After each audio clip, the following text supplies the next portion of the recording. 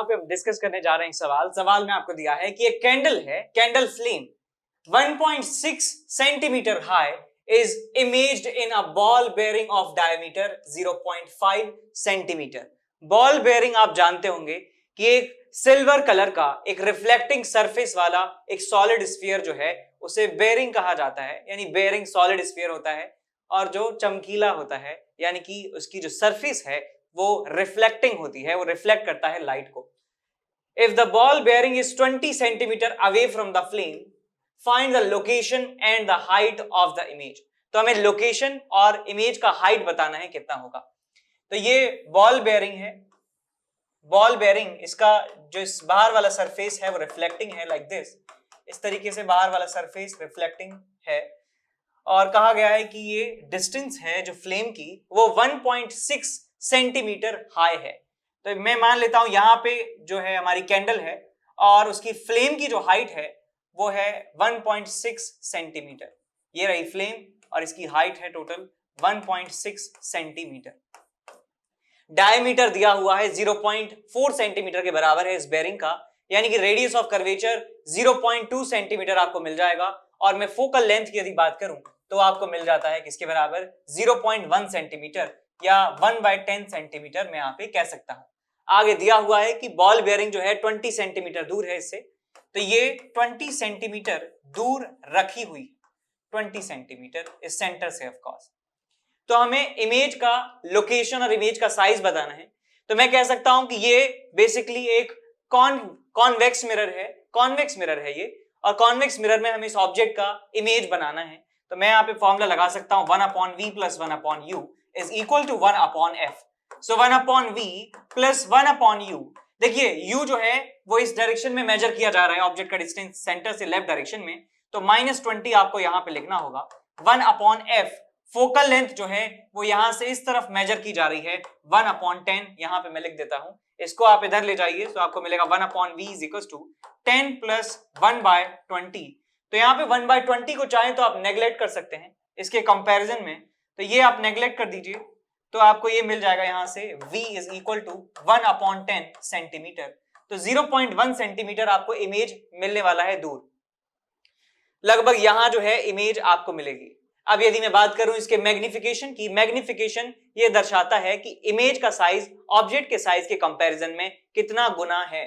तो यहां पे मैं लिखूंगा hi divided by ho is equal to magnification, and this magnification for mirror is equals to minus of v by u, minus of v is 1/10 divided by u is -20। तो आपको यहां से मिल जाता है hi is equal to, ये minus से minus चला गया, 1/200 into 1.6 ये मिल जाता है। 2 से आप उड़ा दीजिए इसे 0.8 और यहां जाएगा आपके पास 100, तो आपको मिल जाता है ये 0.008 सेंटीमीटर, ये हाइट ऑफ इमेज आपको मिल जाती है। इसका मतलब एक बहुत ही छोटा और इरेक्ट वर्चुअल इमेज आपको मिलने वाला है इस सवाल में, ठीक है। Hello my dear students, I am Neeraj Kumar Chaudhary और फिजिक्स टीचर। बच्चों एक बहुत ही इंपॉर्टेंट इंफॉर्मेशन देनी है। अनअकैडमी पे T20 टेस्ट सीरीज स्टार्ट हो रही है 7 अक्टूबर से, जो कि 7 अक्टूबर से लेके 29 अक्टूबर तक चलेगी। डेली टेस्ट होगा 6:30 से लेके 7 PM तक, ठीक है ना। और ये टेस्ट जो लोग अपना IIT JEE का एग्जाम 2022 में देना चाहते हैं, यानी कि ड्रॉपर्स और 12th के बच्चे 2023 में देंगे, 11th के बच्चे, और जो 2024 में देंगे यानी कि 10th के स्टूडेंट, उनके लिए प्लान की गई है, ठीक है बच्चों। डेली टेस्ट होगा, डेली रिजल्ट आएगा उसी टाइम और डेली अवार्ड्स हैं इसमें। अगर रैंक 1 आती है आपकी तो आपको 5,000 रुपए का अमेजॉन का वाउचर, 2 to 6 को 3,000, 7 to 20 को 2,000, ठीक है ना। और बच्चों आप अगर विनर हो तो आपको 20% का स्कॉलरशिप भी मिलेगा अगर आपकी रैंक 1 से लेके 50 तक आती है, अगर आप कोई भी सब्सक्रिप्शन लेते हो तो, ठीक है ना। तो बच्चों बहुत ही अच्छा मौका है, जल्दी से जल्दी इसमें एनरोल कर लीजिए। और NKC सर लाइव कोड डालना ना भूले, ठीक है बच्चों। चलिए, बेस्ट ऑफ लक। सवाल है हमारे पास ये क्वेश्चन नंबर 12। क्वेश्चन नंबर 12 आपसे कहता है कि एक पॉइंट सोर्स है S is placed midway between the two converging mirror having equal focal length f as shown in figure. Find the values of D for which only one image is formed. तो सिर्फ एक image बननी चाहिए. ये दोनों जो mirror हैं ये आइडेंटिकल हैं, ये बिल्कुल आइडेंटिकल मिरर हैं जिनकी फोकल लेंथ f के बराबर दी हुई है. तो हमसे कहा गया है कि बेटा सिर्फ एक इमेज बननी चाहिए. तो ये बीच का जो डिस्टेंस है d, ये क्या हो सकता है, क्या हो सकता है ये, और ये जो पॉइंट है इन दोनों के बीच में रखा हुआ है. यानी कि जितनी डिस्टेंस यहां से होने वाली है d/2 उतनी डिस्टेंस यहां से आपको मिलने वाली है. अब देखिए कहां रख सकते हैं. अब एक तो बात मैं जानता हूं कि जब कॉनकेव मिरर है हमारे पास और 2f पॉइंट पर यानी कि सेंटर ऑफ कर्वेचर कोई ऑब्जेक्ट रखा जाता है तो इमेज भी सेंटर ऑफ कर्वेचर पर बनती है. आपने रे डायग्राम जरूर देखा होगा. ये हमारे पास एक कॉनकेव मिरर है, ये इसका फोकस है, ये इसका सेंटर ऑफ कर्वेचर है. ऑब्जेक्ट रखा है सेंटर ऑफ कर्वेचर पर, तो उसका जो इमेज है बेटा उसका इमेज मिलता है सेंटर ऑफ कर्वेचर पर ही. ये ऑब्जेक्ट है, ये इमेज है, इन्वर्टेड रियल इमेज हमें मिल जाती है सेम साइज की. तो वो मैं यहां पे कर सकता हूं बिकॉज समान डिस्टेंस है. तो इसका भी सेंटर ऑफ कर्वेचर यहां है और इसका सेंटर ऑफ कर्वेचर भी यहां है. C1 और C2 एक ही पॉइंट पर मिल रहे हैं, तो चाहे इसकी वजह से इमेज बने चाहे इसकी वजह से इमेज बने, इमेज नीचे ही बनने वाली है. तो मैं कह सकता हूं कि ये जो डिस्टेंस है ये सेंटर ऑफ कर्वेचर के बराबर हो जाए या कहूं 2f के बराबर हो जाए, तो ऐसा पॉसिबल है.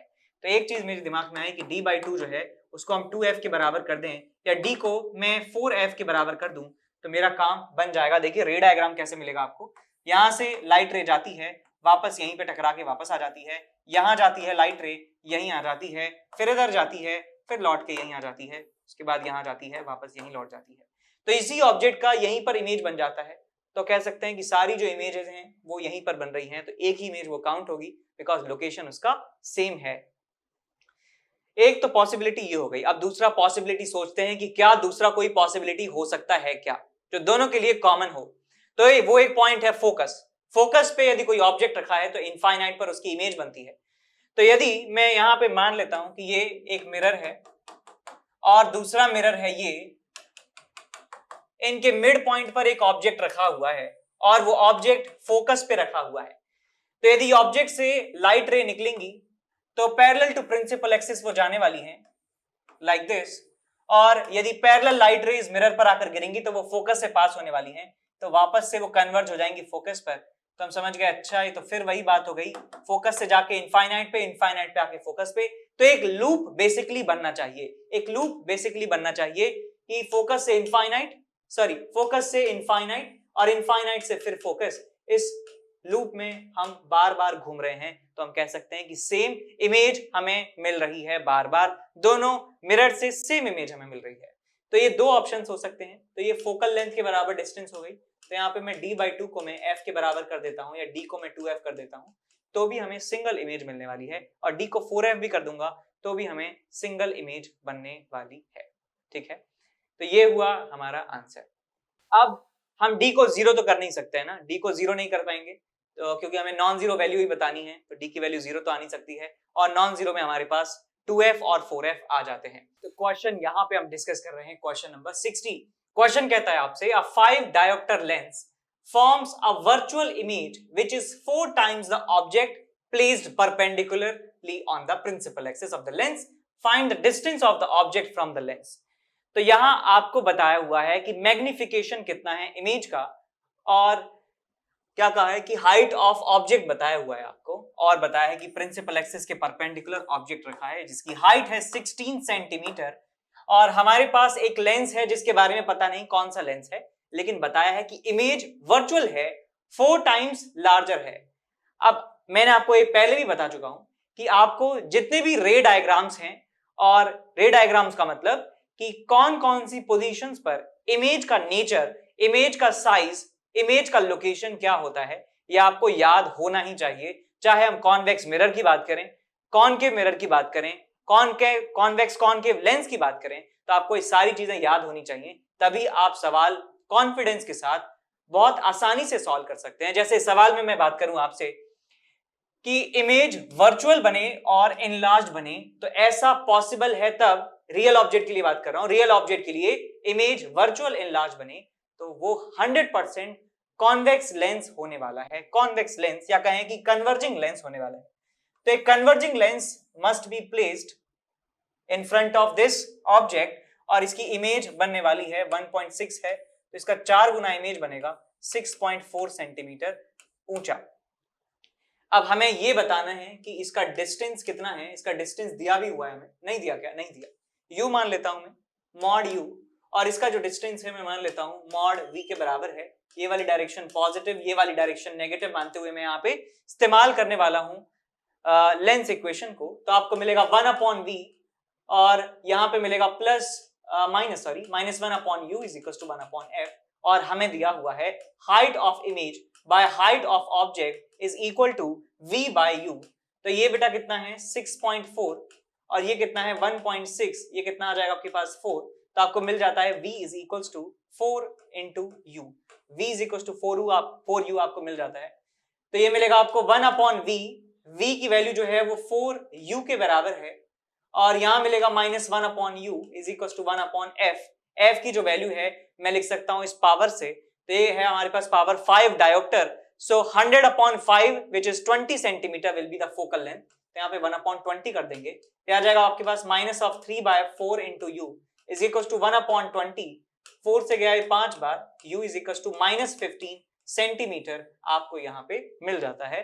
तो ऑब्जेक्ट का जो डिस्टेंस है lens say that is 15 centimetre, और वही हमारा आंसर होने वाला है 15 सेंटीमीटर।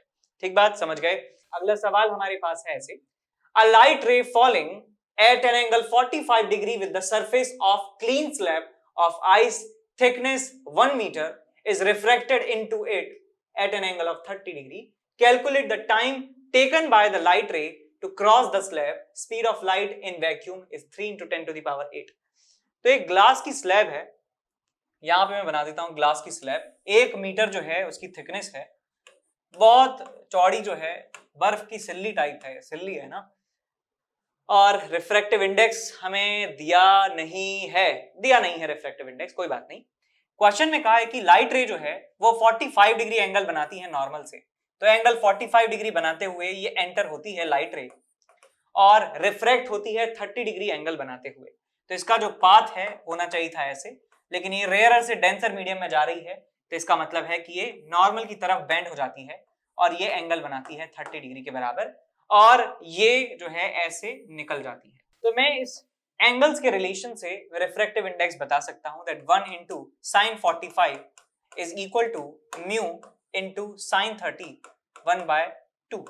तो यहां से आपको म्यू की वैल्यू मिल जाती है √2 के बराबर। तो मैं यहां बता सकता हूं कि लाइट की जो स्पीड है वो कितनी हो जाएगी यहाँ पे c/μ के बराबर। तो आपको यहां से मिल जाएगा 3 और √2, 3/√2 into 10 to the power 8 metre पर सेकेंड। लाइट की स्पीड है वो वैक्यूम के कंपैरिजन में कम हो चुकी है, लाइट धीरे धीरे चल रही है इस डेंसर मीडियम में। अब पूछा है कि टाइम कितना लगा है। देखिए भैया, ये आपके पास इस ट्राइंगल को देखिए ध्यान से, ये ट्राइंगल जो है, ये ट्राइंगल जो बन रहा है, ये राइट एंगल ट्राइंगल, इस राइट एंगल ट्राइंगल में ये वाली साइड हमें पता है 1 मीटर के बराबर है, ये एंगल मुझे पता है।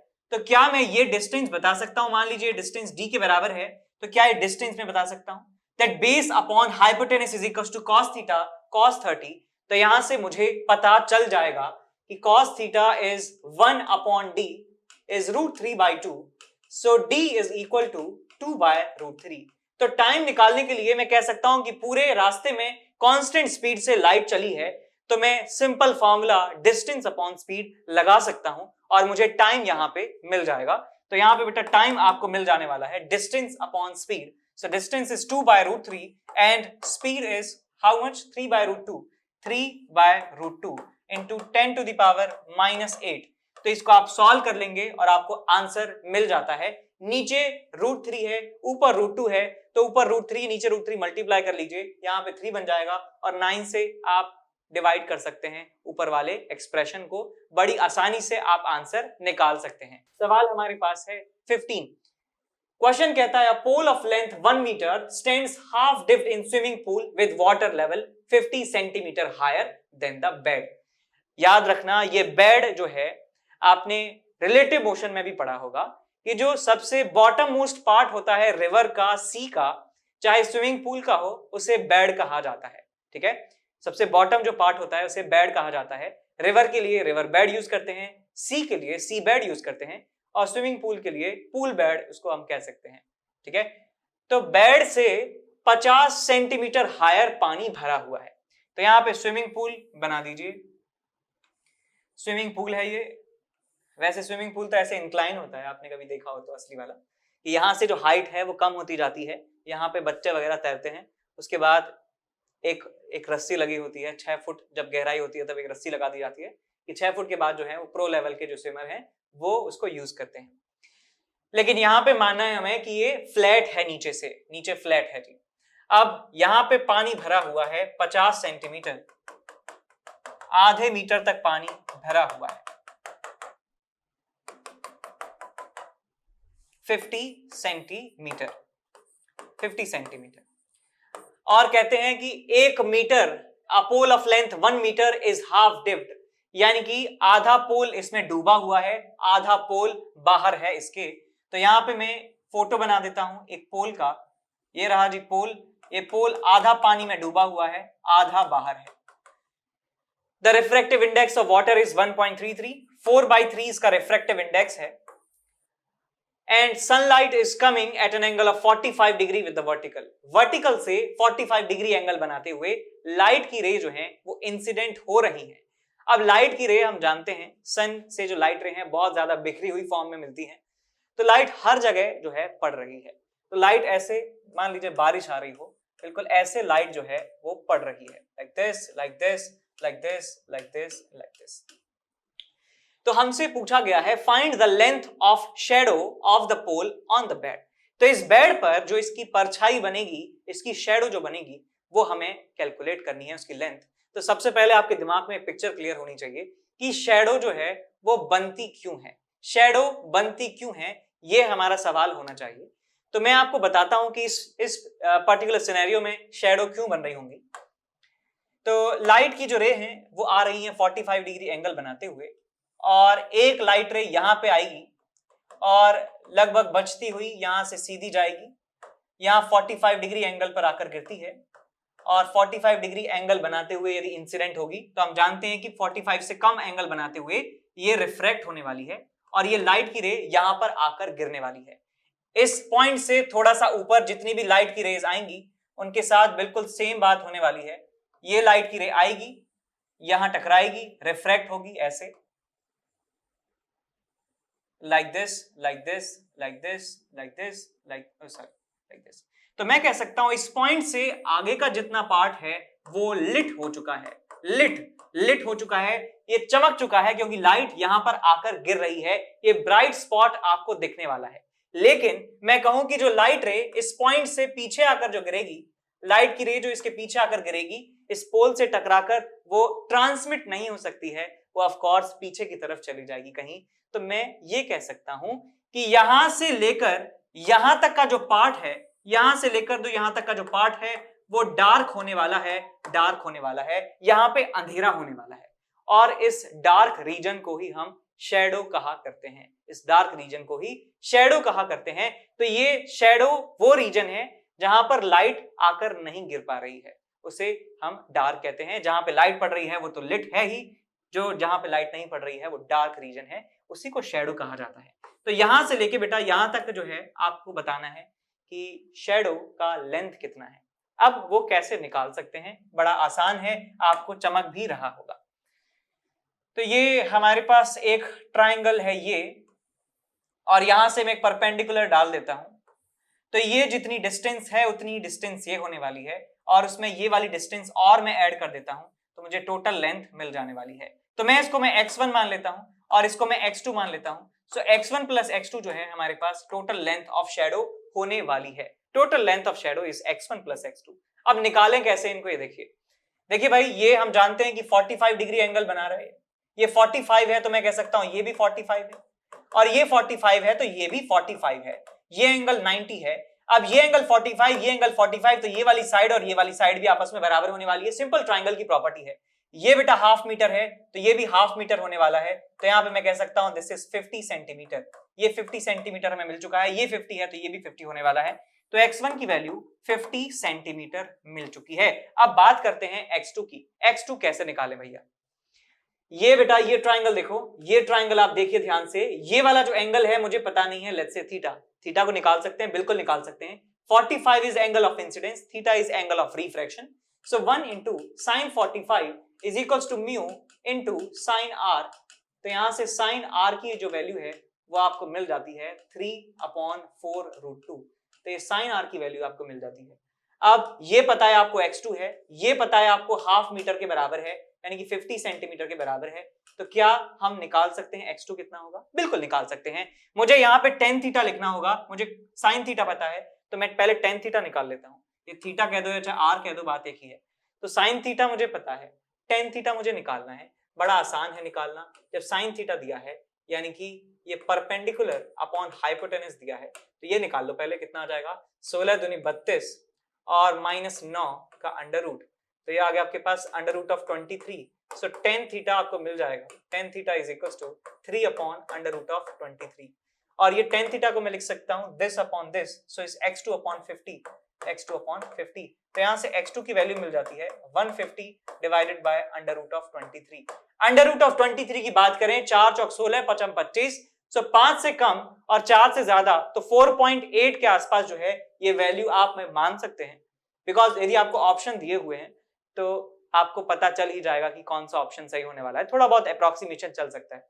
तो इसको अंडर रूट ऑफ 23 को 4.8 मान लेंगे, और फाइनल आंसर जो है लेंथ ऑफ शैडो आप लिख सकते हैं x1 + x2, सेंटीमीटर में आपको आंसर मिल जाएगा। ठीक है, समझ गए शैडो का कॉन्सेप्ट? अब कभी गलती नहीं होनी चाहिए शैडो से रिलेटेड सवाल में आपसे, ठीक है।